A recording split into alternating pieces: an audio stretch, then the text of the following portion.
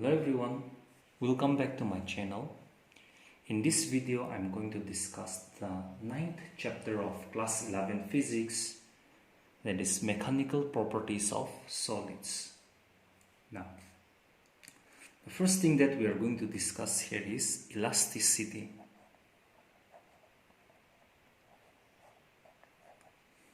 Now sometimes a force acting on a body, instead of producing a change in its state of rest or of uniform motion, produces a change in the shape of the body. Such a force is called deforming force. Now, elasticity means the property of matter by virtue of which it regains its original shape and size when the deforming forces have been removed is called elasticity. Now, plastic body and elastic body. Let us define the two. Elastic body means a body that returns to its original shape and size on the removal of the deforming force is called an elastic body.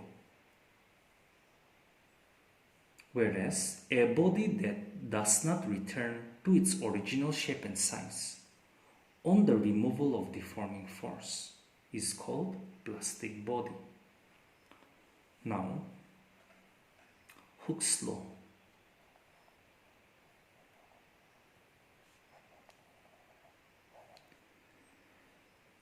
Hooke's law is the basic law in elasticity. It states that the extension produced in a wire is directly proportional to the load attached to it. So Hooke's law says that the extension produced in a wire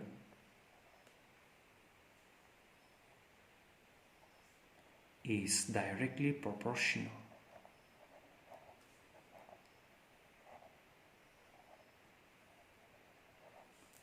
to the load attached to it.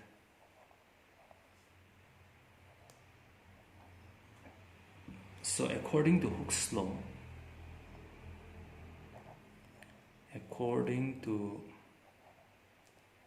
Hooke's law, extension is directly proportional to the load.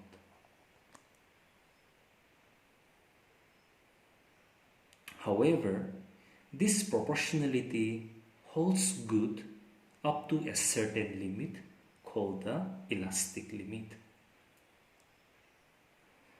Now, we know that when a body is deformed, the restoring forces are developed uniformly inside the body.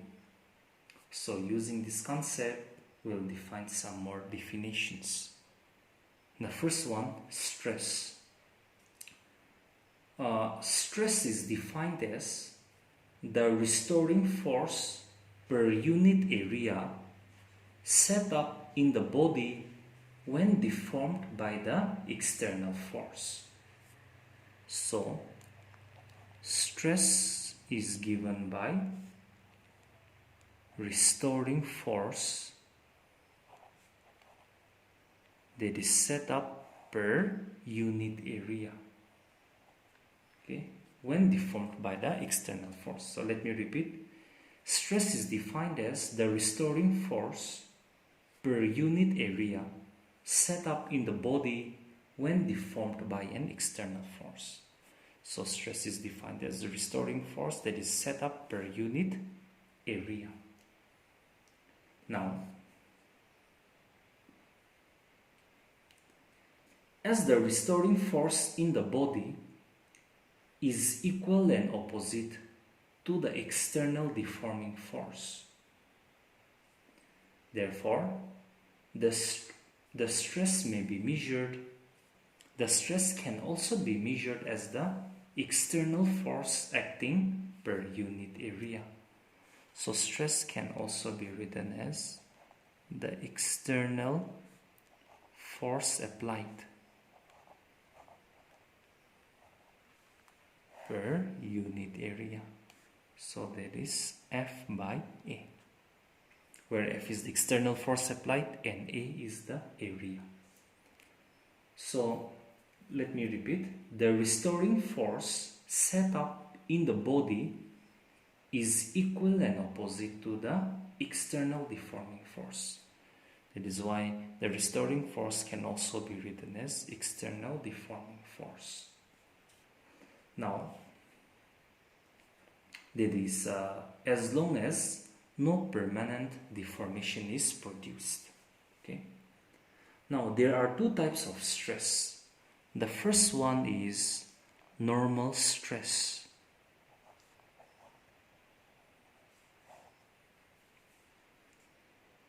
The deforming force acting per unit area normal to the surface of the body. Normal means perpendicular. So the deforming force acting per unit area normal to the surface of the body is called normal stress. Example, when a wire is pulled by a force, the force acts along the length of the wire and normal to its cross-sectional area. The stress so produced is called normal stress. So normal stress means the deforming force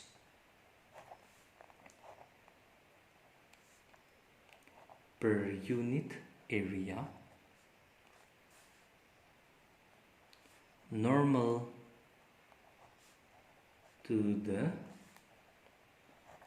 surface of the body, okay, is called normal stress.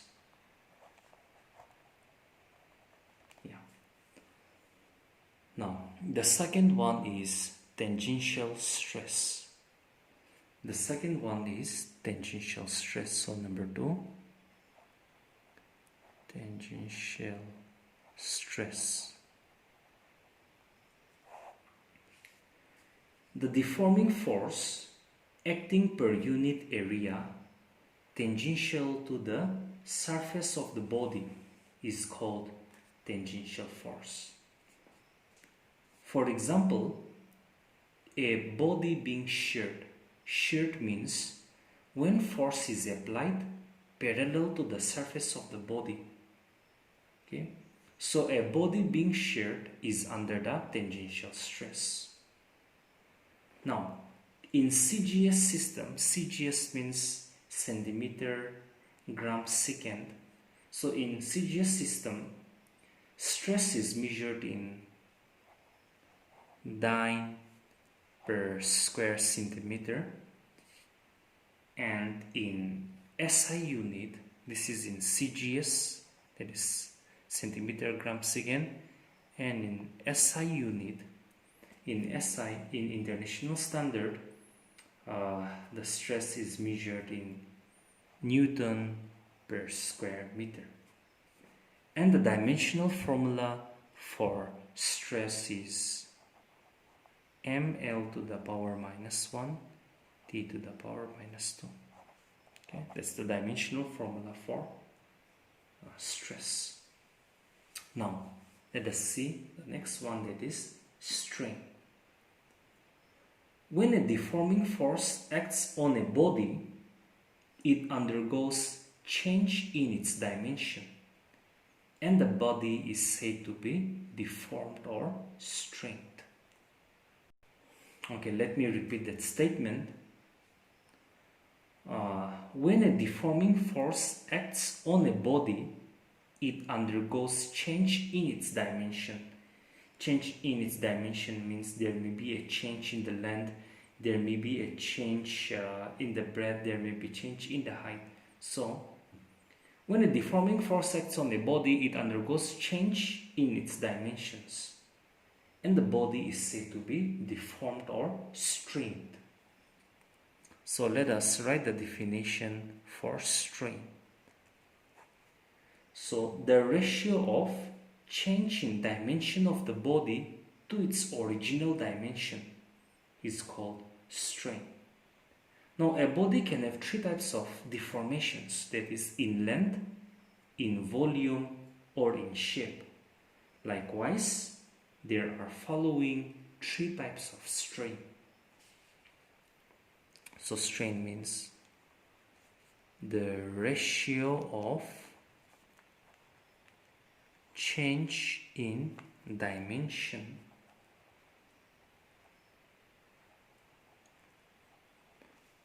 of the body to its original dimension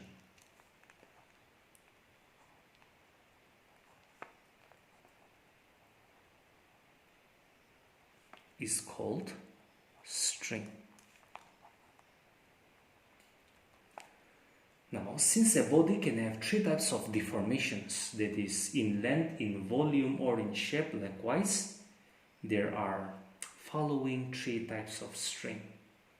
The first one is longitudinal strain.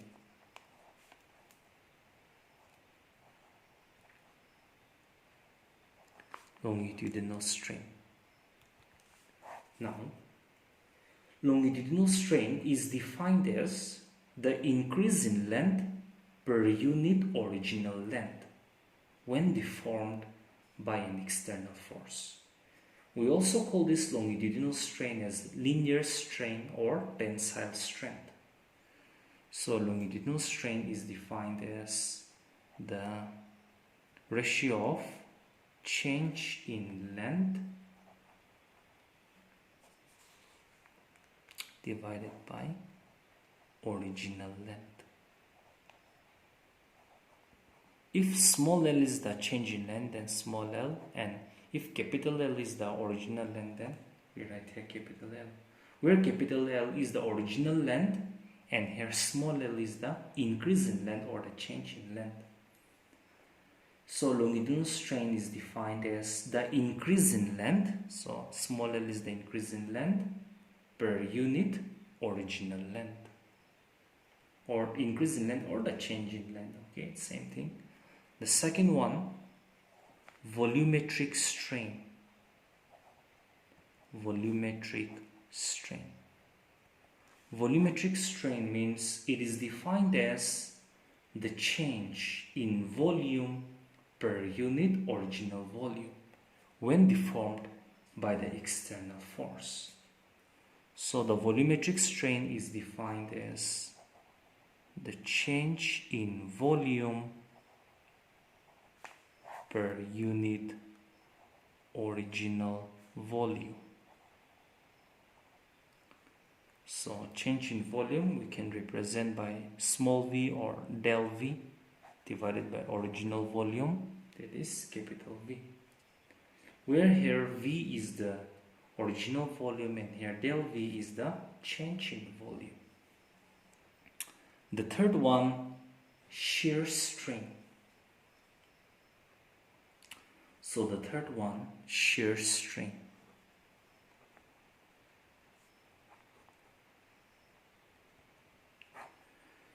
So when change takes place in the shape of the body, the strain is called shear strain. Okay. Now, when force is applied parallel to the surface of a solid body, then the change takes place only in the shape of the body. The body remains in equilibrium as there is no net force that is acting on the body. Such a shear is called pure shear. It can happen only in case of a solid. If a force is applied parallel to the surface of a fluid, it will begin to flow in the direction of applied force. Now, all the three types of strain have no units, as they are ratios of the like physical quantities only. Also, strain is a dimensionless physical quantity. Now the next one, Young's modulus.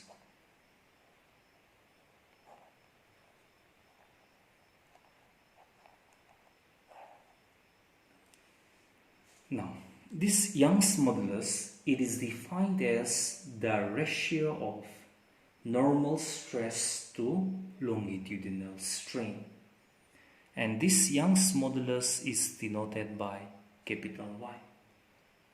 So Young's modulus is defined as the ratio of normal stress to longitudinal strain.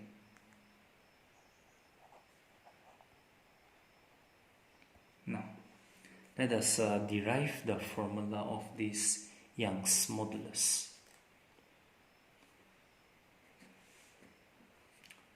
Consider a rod, okay, which is fixed here at one end.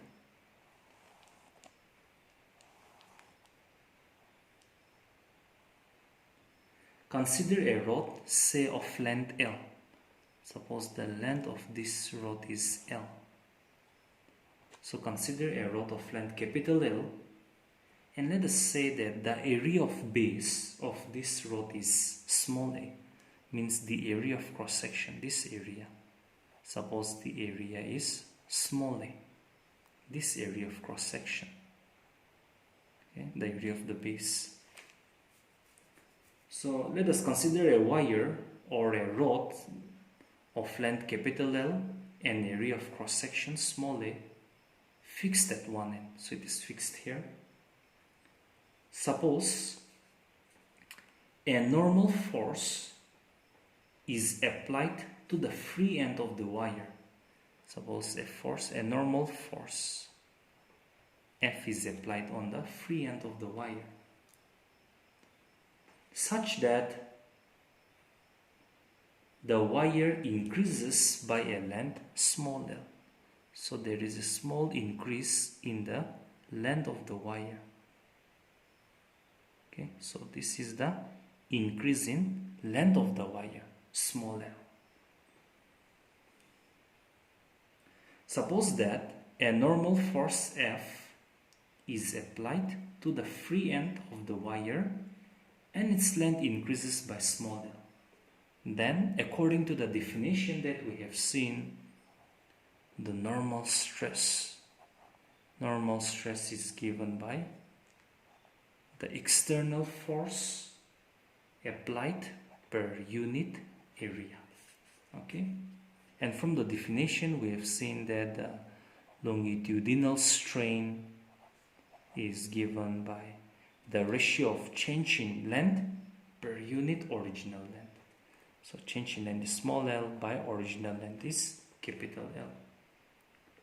Now, therefore, the definition in the Young's modulus becomes, okay, Young's modulus is normal stress, which is F by A divided by longitudinal strain small l by capital L. So this gives you FL divided by A into small l.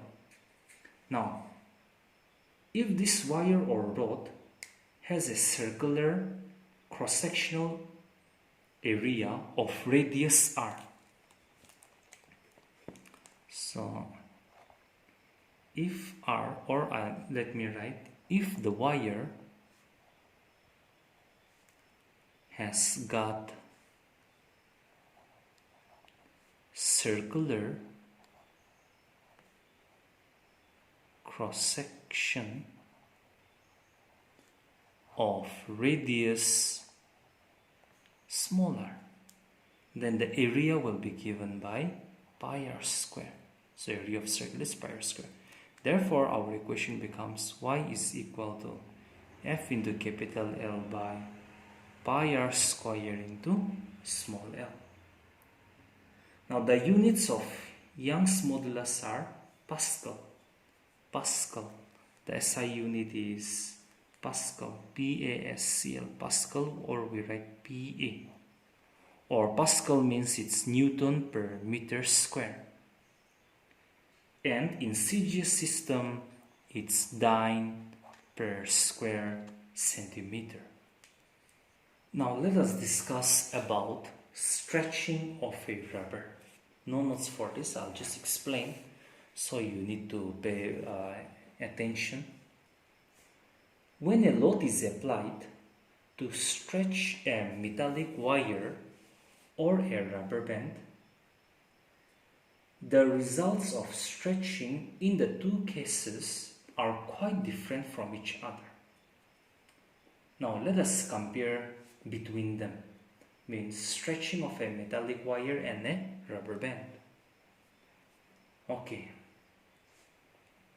the first one is, in order to produce a very small strain in a metallic wire, or let me say, in order to produce even a small strain in a metallic wire, the force to be applied is very large.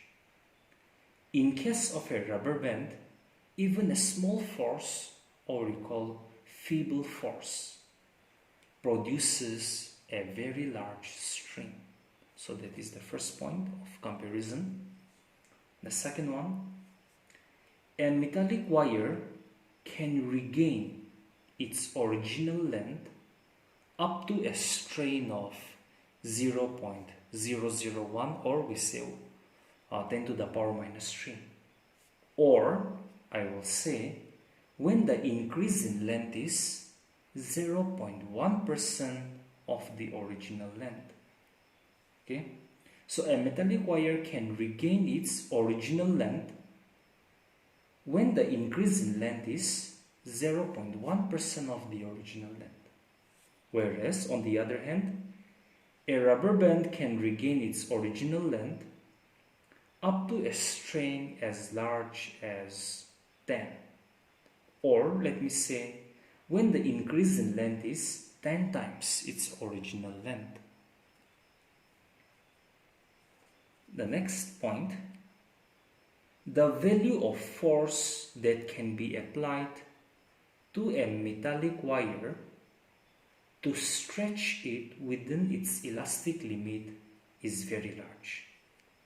In case of a rubber band, the elastic limit is crossed, even on applying a feeble force or small force. So that's all. That's the comparison between stretching a metallic wire and a rubber band. Now let's see some behavior of a rubber. A rubber, due to its complex structure, the elastic properties exhibited by rubber are different from those of metals. Rubber is natural polymer made of long chain of molecules. In the normal state, the molecules are bent back and forth and are tangled together. The forces that hold the atoms together within the molecule of the rubber are stronger than the forces that holds the rubber molecules together. Therefore, when a rubber band is stretched, the molecules straighten out and allow the rubber band to become longer, even up to 10 times its original length. The elastic limit is reached when the molecules are fully stretched and becomes almost parallel to each other.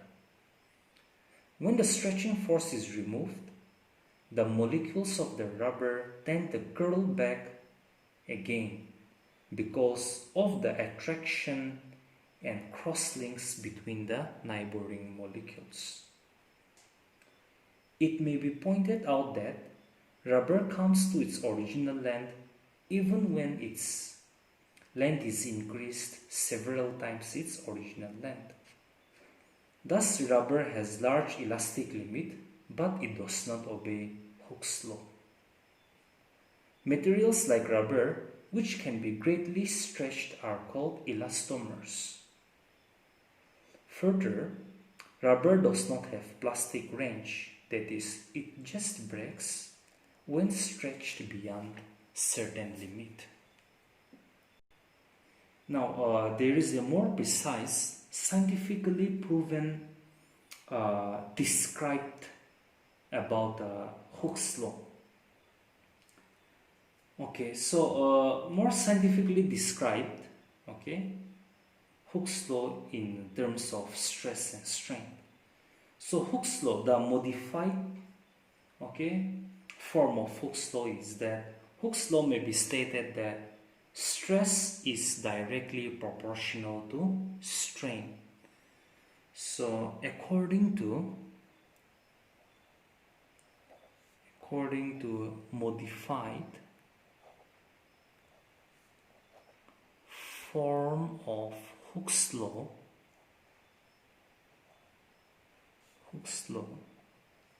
the stress is directly proportional to strain, or stress will be equal, if we convert this proportionality equals, there will be a constant, so constant, any constant into strain, or we write stress by strain is constant.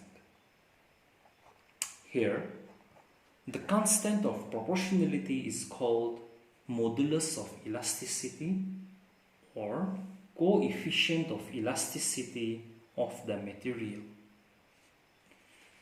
Its value depends upon the nature of the material of the body and the manner in which the body is deformed. There are three modulus of elasticity, namely Young's modulus, which we have seen, bulk modulus, which we will be seeing later, and the next one is the modulus of rigidity, which we will be seeing in the upcoming video. So that's all for today. Okay, I hope you will go through the video, make a proper notes, and learn something from it. Thank you.